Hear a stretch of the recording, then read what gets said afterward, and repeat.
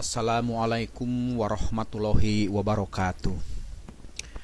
Wilujeng tepang ka para pamirsa radio SKKS Simkuring ki Iwan Natapraja. Insyaallah bade ngabahas hiji kailmuan nu katampi ti sepuh nyaeta nu disebat Aji Sawiji.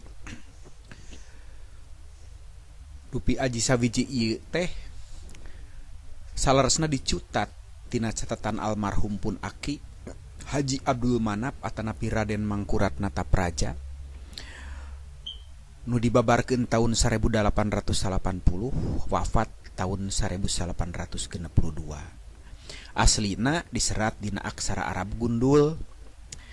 Numutkeun ieu catatan ieu babaran teh kenging nyalin tina kitab Aji Sawiji kenging ulama dina zaman para wali. Ari ayat-ayat Al-Quran ditampihan ku simkuring kanggo ngalengkepan katerangan. Kalihna ti eta simkuring nambihan atanapi ngirangan sareng ngagentos kecap-kecap nu kirang merenah dina basa Sunda diluyukeun kana zaman kiwari. Tapi ieu babaran sagemblengna teu aya nu dirobih. Mangga ieu babaranna. Kanggo ngahasilkeun kenging putra anu sae adat sareng tabeatna, hiji tangtos ku para pamirsa meureun kauninga guruhna di kampung, gerakna di desa, oyagna di nagara teu aya deui nu jadi kacapangan tungtungna carita boh dina lersan ilmu kabatinan atanapi ilmu kalahiran eta nu jadi gumantung kana manah salintang ti kamajengan teh nu diaranggo angkeuhan. Ayeuna dina ieu babaran diterangkeun malah mandar aya kaanggona tur mangpaatna. Margi eta nyumponan kana kecapan sagala kejadian. Sok aya nu janten lantaran atanapi sababna.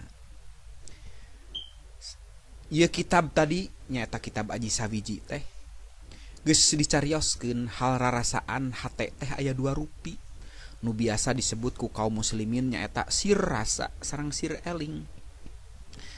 Ari orang Jawa mah nyebatna teh Kang Duduk lawan Kang Hiyo, disebatna Aji Sawiji.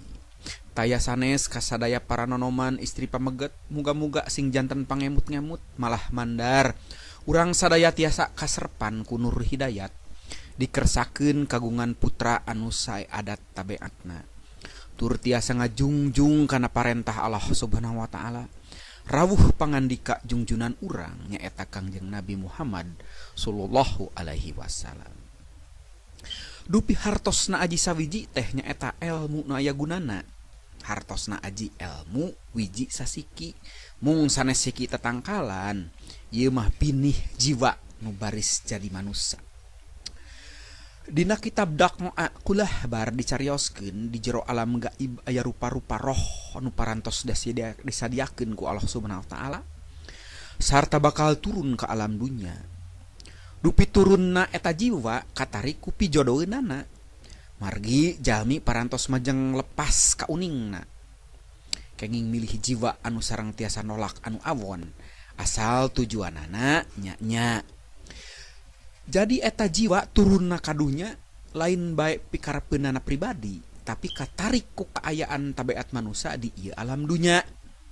Sapertos kaayaanana jalmi di dunya taradaek cacampuran sareng jalma nu sarae adat tabeatna luhung ilmuna. Eta kaayaan binih di jero alam arwah sama sakali henteu daek turun atawa asup ka jero badan manusia nu teu sabangsa jeung jiwa atawa roh nu bakal ngeusianana.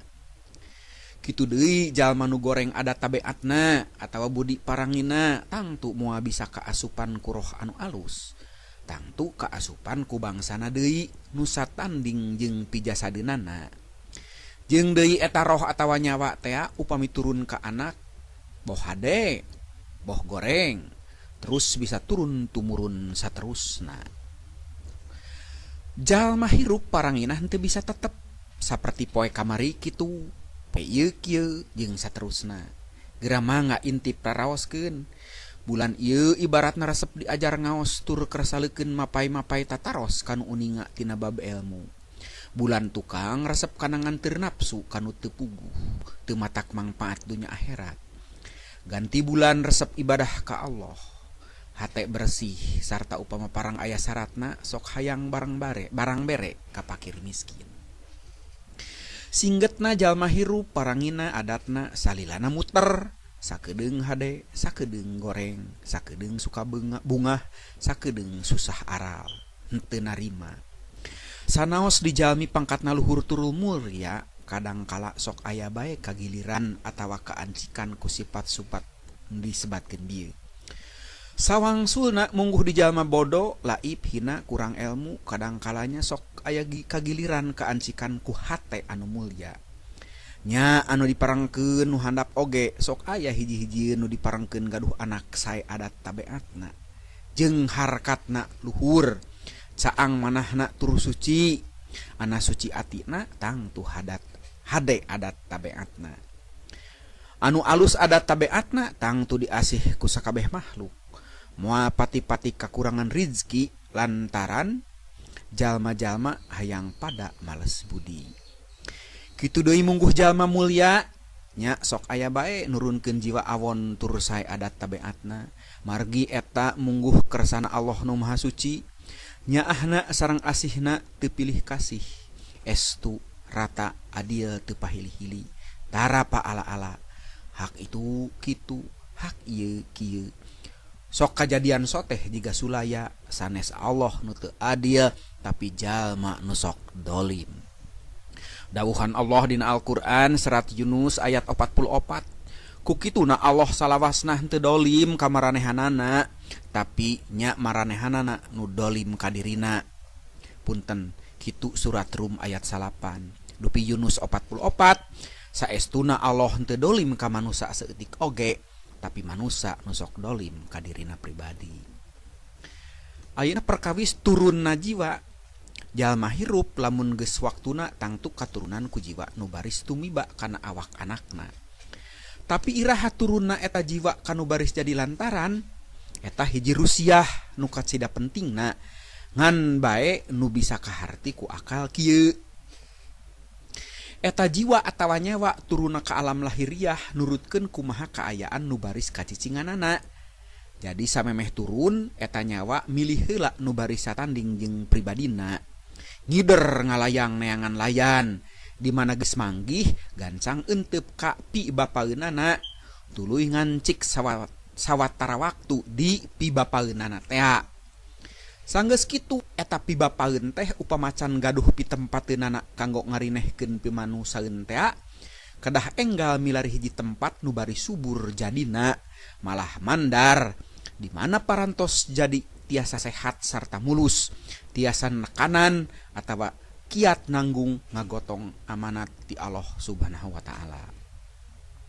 Anak kitu kumargi urang teu aya nu tiasa terang iraha-irahana tumibana eta binih pimanusaeun ka urang, nya langkung utami nyadiakeun piwadaheunana bae nu bari satanding jeung nu dipimaksud teh. Sabab upami urang teu nyadiakeun wadahna tangtu eta binih moal bisa asup. Margi lebet kana paripaos upami aya kahayang kedah ikhtiar rumingkang milari tapak patilasan waspada jaler utami dianggo pola. Ayeuna urang midamel kias antara pibabandingan upamina bae urang bade ngalamanuk ku jalan dipikat tangtu anu dipake jontrotna kudu satanding jeung nu bakal dialatea. Upamina bae nu baris diarah teh manuk titiran tangtos jontrotna kudu titiran deui. Kakara bisa hasil ulah salah paham atawa sulaya. Ari nu dipiharep ku cita manuk titiran, ari ngidamel jontrot manuk saeran. Tangtos sajabina tina moal asup kana kurungan teh kadangkala mungkin anggang atawa sieuneun.